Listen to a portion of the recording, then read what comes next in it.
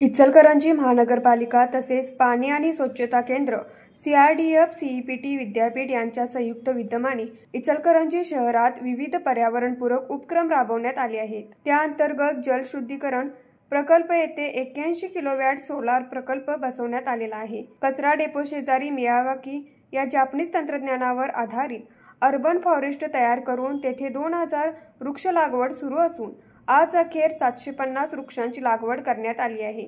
महिलांसाठी सार्वजनिक शौचालयामध्ये sanitary napkin वितरण व विल्हेवाट मशीन बसवण्याचा प्रस्ताव आहे. आगामी काळात महानगरपालिकेमार्फत दर 3 वर्षातून शहरातील सर्व मालमत्तावरील सेप्टिक टँक उपसून त्यावर सांडपाणी व्यवस्थापन प्रकल्पावर प्रक्रिया करण्याचे काम नियोजित आहे.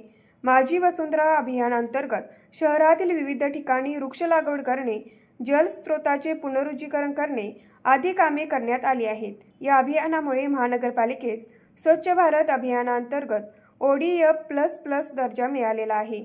पाणी व स्वच्छता सेवामध्ये सुधारणा करताना पर्यावरणाचे रक्षण यावर भर देण्यात येत आहे. महानगरपालिकेस माझी वसुंधरा अभियानामध्ये राज्यात तृतीय क्रमांकाचे पारितोषिक जाहीर झाले असल्याचे आयुक्त दिवटे यांनी सांगितले.